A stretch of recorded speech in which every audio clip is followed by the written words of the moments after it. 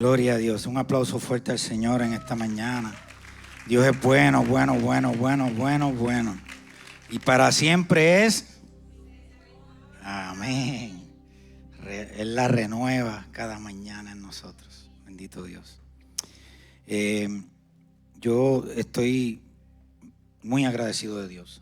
Esta palabra que el Señor me ha dado siempre, bueno, digo lo mismo, ¿verdad? Pero es para mí. Entonces, yo lo que voy es compartirla con ustedes. Es una palabra que en el proceso de transformación en el que estoy viviendo ahora mismo, porque todos somos renovados día a día en el Señor, pues a mí me ha bendecido mucho. Y yo espero en el Señor que también los bendiga a ustedes. Amén.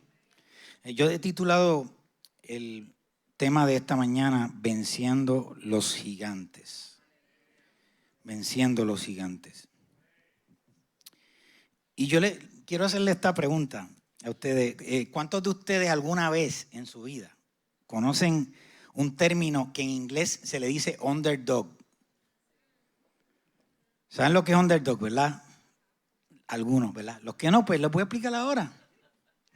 Y es que, ¿por qué usé esta palabra en inglés? Porque en español, honestamente, no hay una palabra específica que pueda describir lo que es un underdog con precisión. Y es que los underdogs son esos personajes, o podemos decir equipos, que en una batalla o en una competencia, todas las circunstancias parecen estar en su contra. Y son estas personas, los underdogs son estas personas que las posibilidades de ellos ganarle a un rival son mínimas, mínimas. Son los menos favorecidos. Entonces, cuando yo use la palabra underdog en esta mañana, pues usted ya sabe a lo que yo me refiero. Amén. Entonces, generalmente los underdogs ganan el apoyo de la gente, del público, porque son personas que se esfuerzan y muestran una valentía sobrenatural para superar las dificultades, para superar las desventajas que tienen. Y yo les puedo dar un ejemplo así, que es muy clásico para nosotros los boricuas. Y fue que en las Olimpiadas de Atenas en el 2004, no sé si se acuerdan, cuando nosotros le ganamos al equipo de Estados Unidos. O sea, y en ese equipo estaba difícil. Estaba Iverson, estaba LeBron James, Tim Duncan, Wade. Y sin embargo nosotros, el equipito de Puerto Rico, les dio una lección de lo que es un underdog. Le ganamos 92-73. Y eso fue la sorpresa. Eso salió a nivel mundial, en todos lados lo dijeron. Los underdogs, incluso el New York Times así lo puso, los underdogs le ganan al equipo favorito. Entonces, en la Biblia, ¿saben que hay muchas historias también de este tipo de personas, de los underdogs? Está José, Gedeón, está Ruth la Moabita, está Esther. Gedeón con sus 300 guerreros, eso es una cosa inverosímil. Cuando puedan, lean esa historia. Es una historia inspiradora. ¿Y por qué a nosotros nos encantan los underdogs? Es que nosotros nos sentimos identificados con ellos. Porque nos recuerdan las veces que nosotros en la escuela fuimos bulleados, fuimos abusados. Y esas veces que fuimos bulleados que no pudimos hacer nada con eso. Entonces, las veces que nosotros fuimos víctimas de abuso y no recibimos retribución, las veces que se cometió una injusticia en contra nuestra y no pudimos hacer nada con eso. Y estas historias de los underdogs a nosotros nos emocionan, porque nos muestran cómo personas comunes y corrientes como nosotros lograron unas hazañas extraordinarias. Y en cierta medida representan nuestras propias luchas. Y cuando un underdog triunfa, todo el mundo lo celebra como si fuera la victoria de él, como si él hubiera ganado. Y es que vemos en ellos, literalmente vemos en ellos reflejadas nuestras batallas y nuestras esperanzas. De vencer en contra de todas las circunstancias que vemos negativas. Y yo le traigo otro ejemplo. Todo el mundo simpatiza con Betty la Fea. ¿Es verdad o no es verdad? Dígame que no es verdad. Dígame que no es. Ahora me van a decir, yo no sé qué es eso. Es la novela colombiana de la muchacha fea que termina siendo linda y termina siendo la dueña de la empresa y todas esas cosas. O sea, porque los underdogs, a nosotros nos identificamos con ellos. Y yo precisamente hoy, yo les quiero hablar a ustedes de un personaje bíblico que en mi opinión es el mayor ejemplo, el más famoso de lo que es un underdog en las escrituras. Y me refiero a David. Ese joven pastor, que es una historia muy conocida, ese joven pastor que venció al gigante Goliat. Y yo quiero que usemos la imaginación. Primero vamos a situarnos qué es lo que está pasando. Hay un valle allá en Palestina que se llama Cefelá, el valle de Cefelá. A un lado está la costa que da para el Mediterráneo y al lado este están las montañas. Al oeste está la costa del Mediterráneo, al oeste están las montañas y en ese hay una planicie que se llama Céfela. Y ahí en Céfela hay muchos valles. Y Céfela es un lugar hermosísimo, lleno de bosques, lleno de pinos, o sea, tiene unos valles preciosos, pero como allá en las montañas está Jerusalén, está Hebrón, está Belén, y entonces donde hoy en día está situado Tel Aviv, está en la costa del Mediterráneo. Y entre medio de esos dos lugares, ahí se generaban casi todas las batallas. Y ahí estamos nosotros presentes en este momento, acordando de esa batalla que ocurrió entre los filisteos y los israelitas. Y los filisteos eran los peores enemigos del pueblo de Israel para esa época. Militarmente, de hecho, los filisteos, ellos estaban en la zona donde está Gaza hoy en día. Donde es Gaza, ahí vivían los filisteos. O sea que esa zona sigue dando problemas.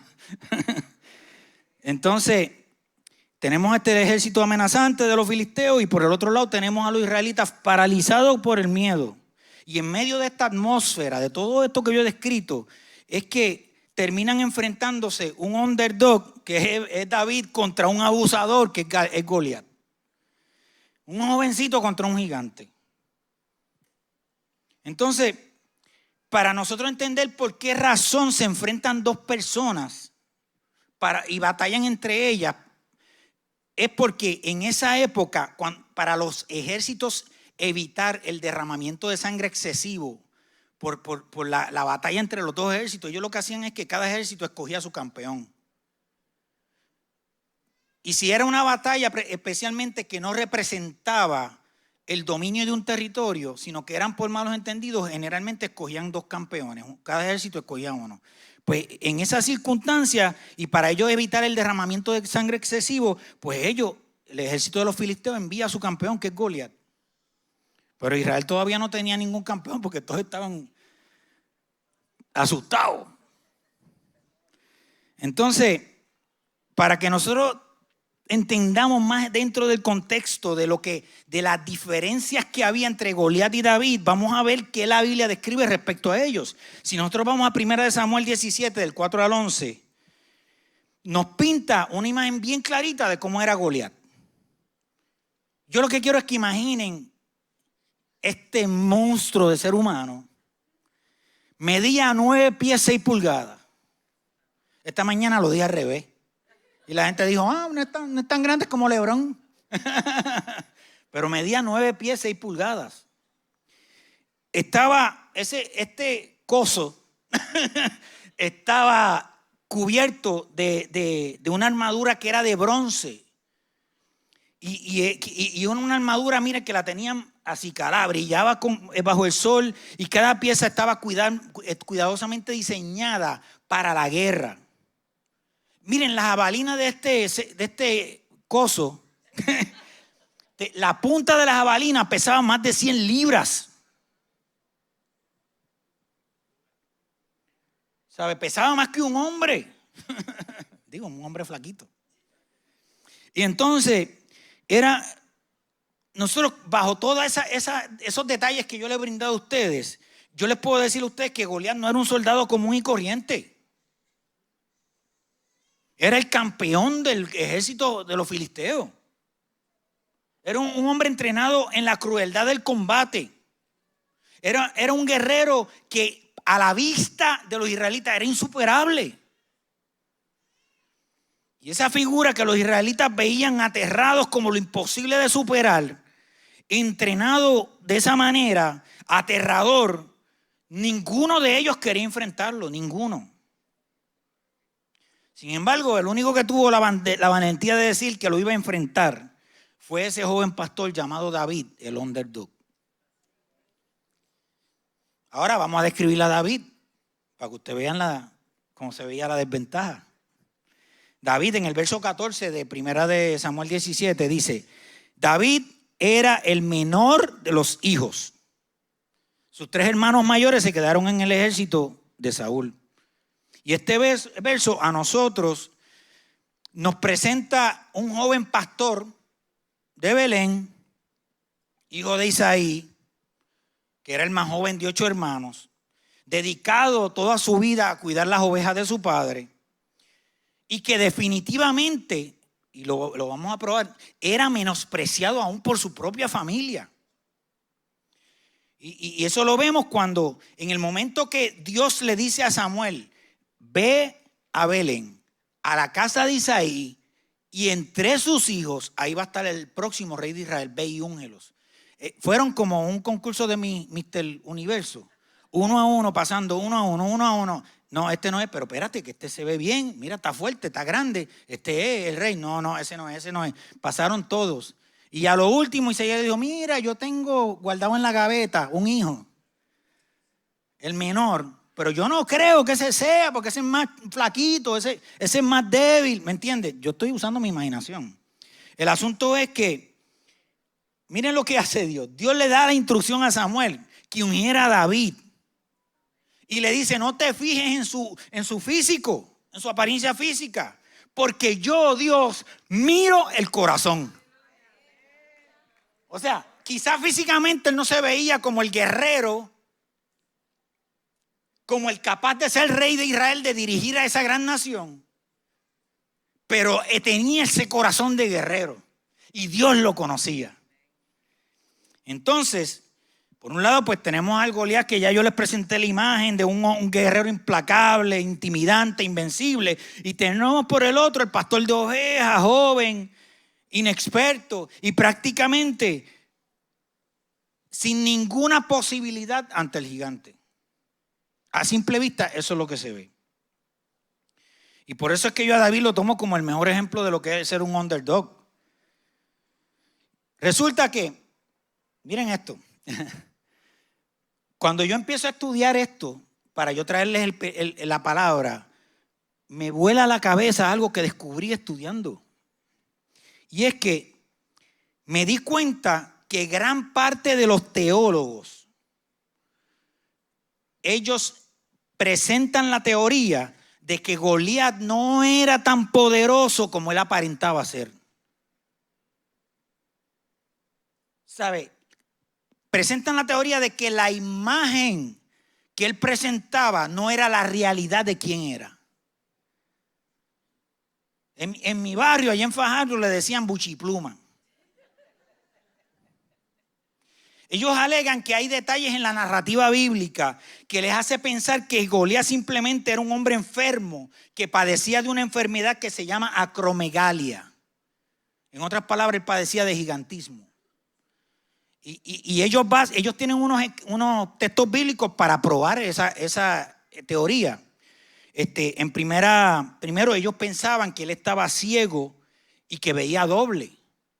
Porque en 1 Samuel 17:7 dice: e iba su escudero delante de él. Y en el verso 41 vuelve y repite: Goliat caminaba hacia David con su escudero delante de él. ¿Por qué es importante este detalle? Porque ningún campeón permitía que su escudero fuera delante de él, a menos que hubiera sido herido en la batalla y tuviera que ser dirigido por el escudero. Entonces, si eso estaba sucediendo, quiere decir que este hombre necesitaba a alguien que lo llevara. Eso es lo primero. Necesitaba que su escudero le sirviera de guía. Lo segundo es que hay uno de los síntomas de la acromegalia es que ven doble porque tienen un tumor precisamente en la pituitaria, creo que es. Los médicos, discúlpenme, yo estoy acordándome de lo que leí. Pero ese tumor lo que hacía es que hacía presión en ciertas partes del interior de su rostro y lo que hacía era que ellos veían doble. ¿Qué pasa? Se cree que Goliat veía doble. ¿Por qué? Si van al verso 43, Goliat le dice a David: soy yo perro para que venga a mí con palos. Pero la realidad es que David no fue a él con palos, David fue con su vara. Dice el verso 40, y David tomó su cayado en su mano y escogió 5 piedras lisas del arroyo. O sea, era un cayado, no eran palos. No sé si ya me están viendo lo que les quiero decir. Y entonces por eso es que los teólogos tenían insistencia de que Goliat estaba padeciendo esa enfermedad. Además de que Goliat insistió en que la persona que fuera a batallar contra él viniera donde él.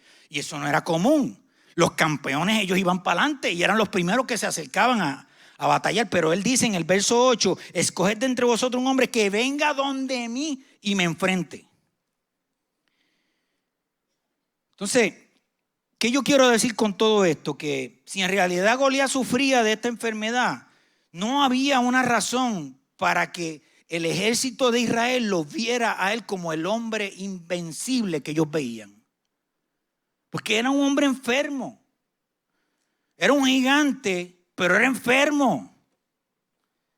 Que no presentaba peligro más allá de lo que podían ver por fuera de él. Entonces, amados hermanos, ¿qué yo quiero decirles con esto? Nosotros siempre vamos a enfrentar gigantes en nuestra vida. Siempre vamos a enfrentar gigantes en nuestra vida. Y algunas veces estos gigantes que se nos van a enfrentar son gigantes difíciles.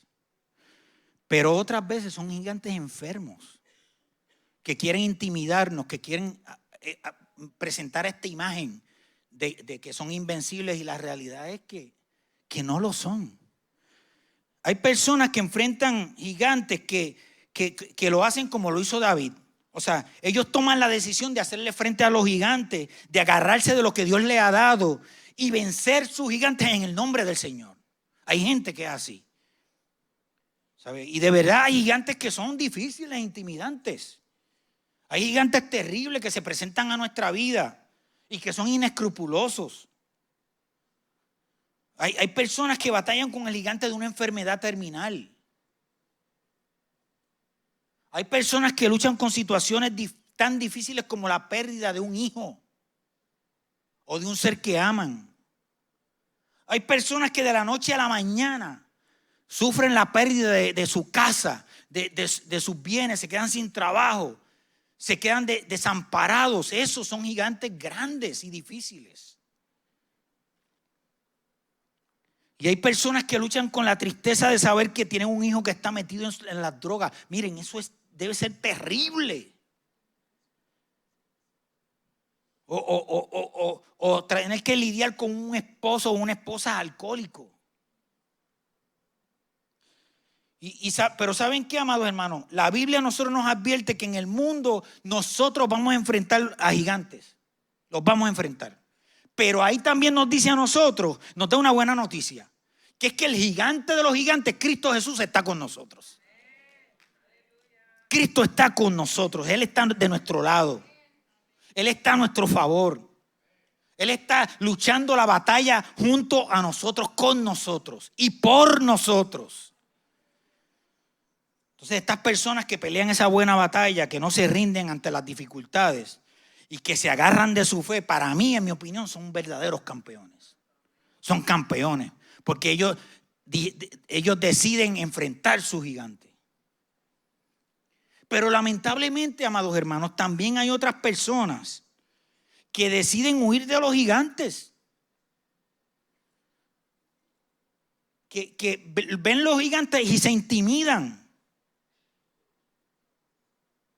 Se intimidan por las apariencias de esos gigantes, o simplemente hacen que algunas circunstancias que son difíciles y que a veces son un poco complicadas, las hacen como si fueran ver gigantes en su vida.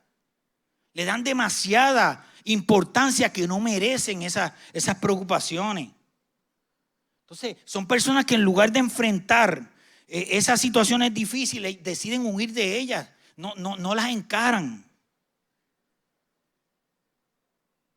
Y esas personas podemos describirlo como que son cobardes, amados hermanos. ¿Y sabes qué es lo triste de esto? Que en Apocalipsis 2:18 dice, hay una lista ahí en Apocalipsis 2:18 de todos los que no entrarán al reino de los cielos. Y lamentablemente los cobardes son uno de esos que no van a entrar. Y amados hermanos, miren, yo quiero que tengan claro algo. Yo no estoy menospreciando los procesos de cada uno. Porque lo que puede ser un gigante grande para mí, quizá para ti es un gigante pequeño o viceversa.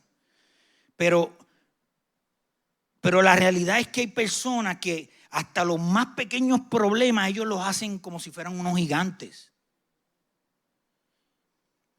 Y ¿saben qué? Yo voy a ir más allá. Hay personas que si no tienen problemas los crean. Crean sus propios gigantes. Porque es que necesitan de eso para ellos poder sentirse que le están dando importancia. Son personas que se hacen dependientes de su dolor o simplemente necesitan apelar a la lástima de los demás, amados hermanos. Aquí en esta iglesia no hay eso. Eso no lo hay aquí. Son personas que dependen de la autocompasión. Y yo no estoy hablando cosas que me estoy inventando. Esto, amados hermanos, lo estudié y los psicólogos lo estudian como un fenómeno. Los psicólogos le llaman a esto el complejo de víctima. Y es algo muy real en la vida de mucha gente. Pero ¿por qué yo les menciono esto? Porque si se diera el caso que en esta iglesia hubiera alguien que estuviera pasando por esta situación de crear su gigante o de ver los problemas pequeños, los gigantes, yo te tengo una noticia a ti. Y es que un hijo de Dios jamás debe tomar esa posición. ¿Saben por qué? Porque esto implica que no has comprendido que tu identidad en Cristo es de hijo y heredero de las promesas de Dios. Porque cuando nosotros entendemos esto, de que yo soy hijo de Dios y de que como hijo heredo las promesas que Él tiene para sus hijos, yo pongo toda mi confianza en eso. Y no va a haber ni problema pequeño ni grande que vendrá contra mí, porque el Rey de Reyes y Señor de Señores me respalda. Amén. Y ahora les hago la pregunta, ¿cómo nosotros podemos vencer los gigantes? ¿Qué tenemos que hacer para enfrentar a los gigantes? Y ¿saben qué voy a hacer? Voy a usar el de ejemplo al mismo David. ¿Qué David hizo para enfrentar a ese gigante? Lo primero que David hizo fue que él preguntó cuál sería la recompensa por vencer al gigante. Eso fue lo primero que él hizo. Y mucha gente dice, David interesado, ¿eh? Pero no. Mírenlo desde esta perspectiva. Vencer a tus gigantes tiene una recompensa. Vencer a los gigantes tiene una recompensa. Y en la medida que nosotros estemos conscientes de que hay una recompensa cuando vences tus gigantes, tu fe se acrecenta. Lo que hizo David cuando se enteró del premio que había para el que ganara el gigante fue que eso agarró su fe y se la encendió. Se la activó. Y es que el estar consciente de la recompensa que Dios nos ha prometido, eso aumenta nuestra fe, amados hermanos. Y esa fe a nosotros nos va a ayudar a vencer a nuestros gigantes, sean los que sean. Lo segundo que él hizo fue, ¿saben qué? Poner en duda la capacidad del enemigo ante el poder de Dios. En el verso 26 él dice, ¿quién es este filisteo pagano al que se le permite desafiar a los ejércitos del Dios viviente? Y es que ante el poder de Dios, amados hermanos, no hay gigante que pueda vencernos. Es algo que tenemos que tener presente. No hay nada que venga contra nosotros que podrá con nosotros. Nada. Y nada es nada. Es más, Pablo, él entendió este concepto perfectamente bien. Vayamos a Romanos 8, 38 al 39. Dice así: y estoy convencido, ¿qué dijo Pablo? Estoy convencido de que nada podrá jamás separarnos del amor de Dios. Y dijo más, dijo, ni la muerte ni la vida, ni ángeles ni demonios, ni nuestros temores de hoy, ni nuestras preocupaciones de mañana, ni siquiera los poderes del infierno pueden separarnos del amor de Dios. Ningún poder en las alturas, en las profundidades, de hecho, nada en toda la creación podrá jamás separarnos del amor de Dios que está revelado en Cristo Jesús, nuestro Señor. Eso es poderoso, amado hermano. Nada ni nadie puede venir en tu contra. No hay gigante que pueda vencerte. La victoria ya está declarada en la cruz del Calvario para ti y para mí, como hijos de Dios. No hay gigantes, no hay problema, no hay circunstancias que podrán contra la autoridad del Espíritu Santo en nuestras vidas. Nada ni nadie podrá separarnos del amor de Dios y del cuidado de Dios hacia sus hijos. Todo gigante que se levante en nuestra contra va a ser derrotado en el nombre de Jesús y por el poder de Dios. Tienes que creerlo, amados hermanos. Tienes que creerlo. Lo tercero que él hizo, ¿sabe qué? Él no salió huyendo del gigante. Él se dispuso a enfrentar al gigante.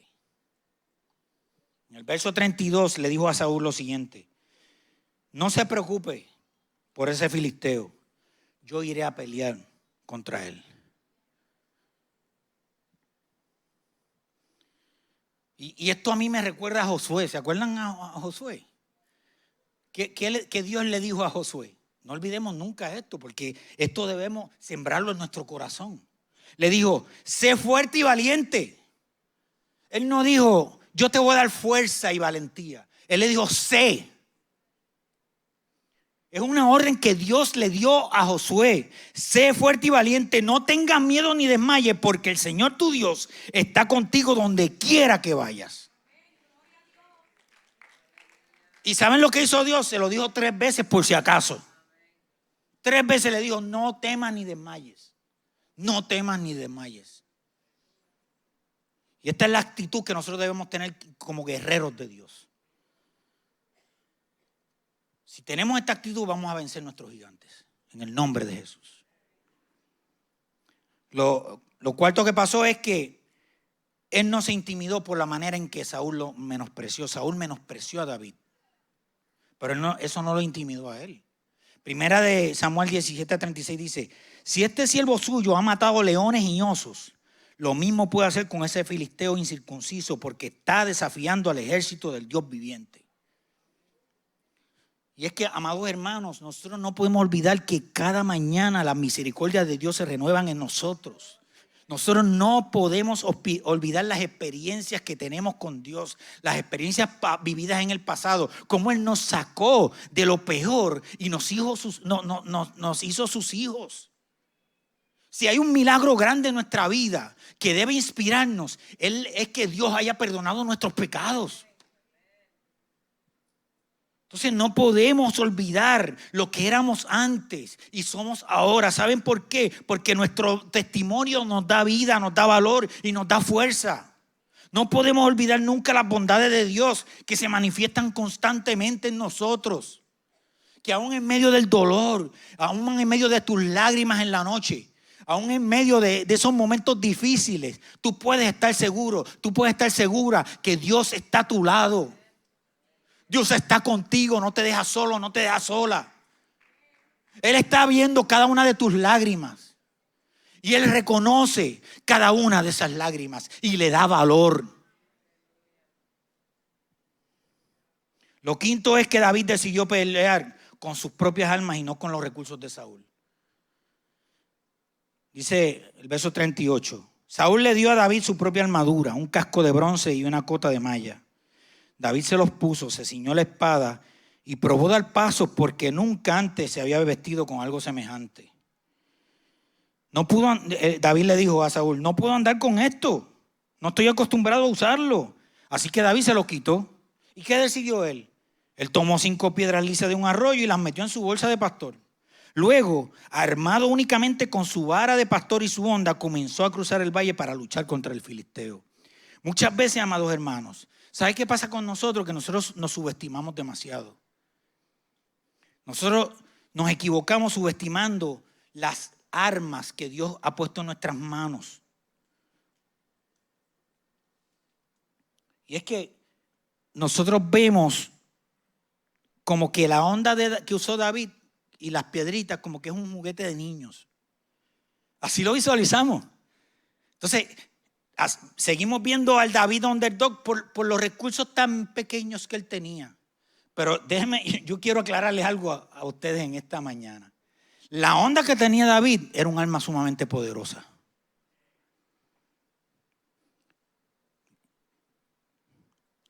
Y les voy a explicar porque en los ejércitos en la antigüedad, amados hermanos, ellos tenían 3 diferentes tipos de soldados. Y aquellos que saben de historia militar saben de lo que estoy hablando. Los soldados que iban al frente eran los de caballería. Eran los que tenían caballos y carrozas. Luego los seguían los de infantería. Que los de infantería eran los que tenían las espadas, los escudos y tenían las jabalinas. Pero los más peligrosos de los ejércitos eran la artillería. Eran los más mortales. ¿Saben lo que eran la artillería? Eran los arcos, las flechas y las hondas. Y de los tres, de esos dos, de los arcos, la flecha y las ondas, ¿saben cuál era el más peligroso todavía? Los lanzadores de onda eran los más peligrosos. Porque eran más certeros que las flechas. El lanzador de una onda era capaz de matar un pájaro volando a 200 metros de él. ¿Sabes lo que son 200 metros? Son 600 pies de distancia. Para que tengan una idea de lo peligrosa que es la onda, porque es que nosotros tendemos a subestimar lo que Dios nos ha dado, lo que Dios ha puesto en nuestras manos. Una onda gira, tiene 6 revoluciones por segundo, que eso le da la misma velocidad que una bala de 45 milímetros. Lo único que la bala es así y la piedra es así. Son armas mortales. Y David, ¿saben qué? Era un experto en eso, en usarla.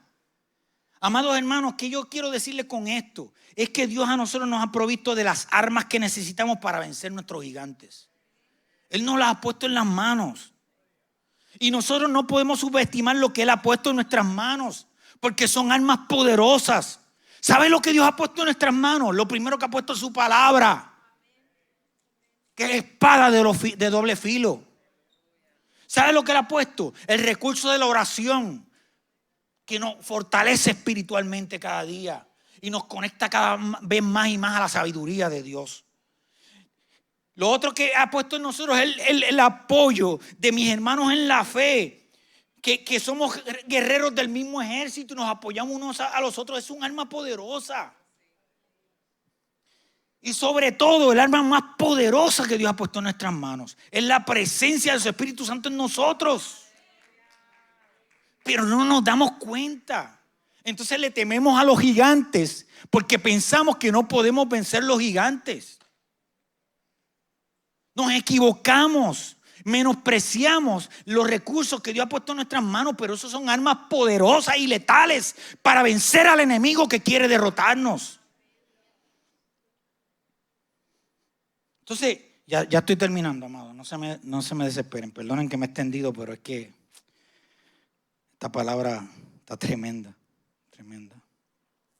Yo no sé cuáles sean tus gigantes, no sé. Cada cual tiene un gigante diferente en su vida. O sea, yo no sé si tu gigante sea el sentimiento de que vas a fracasar en la vida. No sé. Yo sí te puedo decir que si tu miedo es que vas a fracasar en la vida, mira lo que dice Isaías 41:10. No temas porque yo estoy contigo. No desmayes porque yo soy tu Dios que te esfuerzo. Siempre te ayudaré. Siempre te sustentaré con la diestra de mi justicia. Eso es una promesa de Dios para ti. Si tienes miedo al fracaso, esa es una promesa de Dios para ti. Grábala en tu mente y en tu corazón. Quizás tu gigante sea un problema financiero que está tratando de robarte la paz. Pero ¿saben lo que Pablo entendió ese concepto claramente? ¿Saben lo que Pablo afirmó en Filipenses 4:19? Mi Dios pues suplirá todo lo que os falta conforme a sus riquezas en gloria en Cristo Jesús. Él es el que suple tu necesidad. Entonces, si tienes algo que está tratando de robarte la paz, descansa en las promesas de Dios. Descansa en lo que Dios ha prometido para ti. Y tú verás cómo vas a vencer ese gigante. Quizás sea algún sufrimiento de algo que tú llevas, que ha marcado tu vida por algo que te hicieron, o una tribulación que llevas arrastrando y te calcome tu mente y tu corazón, y que te está atacando constantemente, tratando de menospreciar tu vida, tratando de hacerte ver menos de lo que tú eres. Pero ¿sabes lo que dice el Salmo 46:1? Dios es nuestro refugio y fortaleza, nuestro pronto auxilio en las tribulaciones.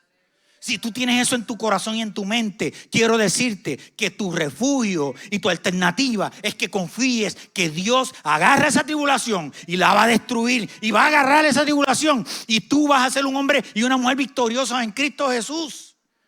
Y vas a dar testimonio de Dios y de lo maravilloso que es Dios en nuestras vidas.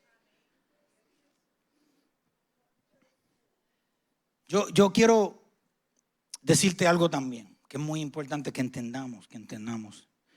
Los gigantes son recursos. Tus gigantes son recursos. Tus gigantes te llevan de la mano para que tú veas el cumplimiento del plan y el propósito de Dios para tu vida. Porque tus gigantes te hacen fuerte. Tus gigantes te hacen un hombre y una mujer victoriosa en Cristo Jesús. Entonces, cada vez que vengan pensamientos negativos para tratar de destruir lo que Dios está haciendo o lo que Dios está logrando contigo, ahí está la palabra de Dios. Ahí está el Dios que habla Romanos 8:28. Ahora bien, sabemos que Dios dispone todas las cosas para el bien de los que lo aman. Todo obra para bien. Aún los gigantes obran para tu beneficio, porque te van a hacer tan y tan fuerte que nada ni nadie jamás podrán separarte del amor de Dios. Nada ni nadie podrán contigo. Nada ni nadie. Si tú me preguntas a mí si estoy luchando con mis gigantes, sí, constantemente. Todo el tiempo. Pero la palabra de Dios me ofrece los recursos para yo vencer mis gigantes. Entonces, ¿qué debemos hacer? Es confiar en la palabra de Dios. Es confiar en las promesas de Dios para mi vida. Es comprender cómo el enemigo de las almas trata de robarte lo que Dios te está dando, pero no va a poder. Porque si el enemigo se levanta contra ti, no va a poder contigo, porque el Espíritu Santo de Dios mora en ti y mora en mí y nos da la fortaleza. Aunque contra ti se levante guerra, nosotros estaremos confiados. ¿Por qué? Porque ya la victoria la hemos obtenido en Cristo Jesús, Señor nuestro. Es tu identidad que necesitas convencerte de una vez por todas de lo que tú eres como hijo de Dios, como hija de Dios, de lo que tú vales para Dios. Ustedes me permiten orar por ustedes en esta mañana, ¿sí? Podemos ponernos de pie los que puedan, por favor. Mucho respeto lo pido.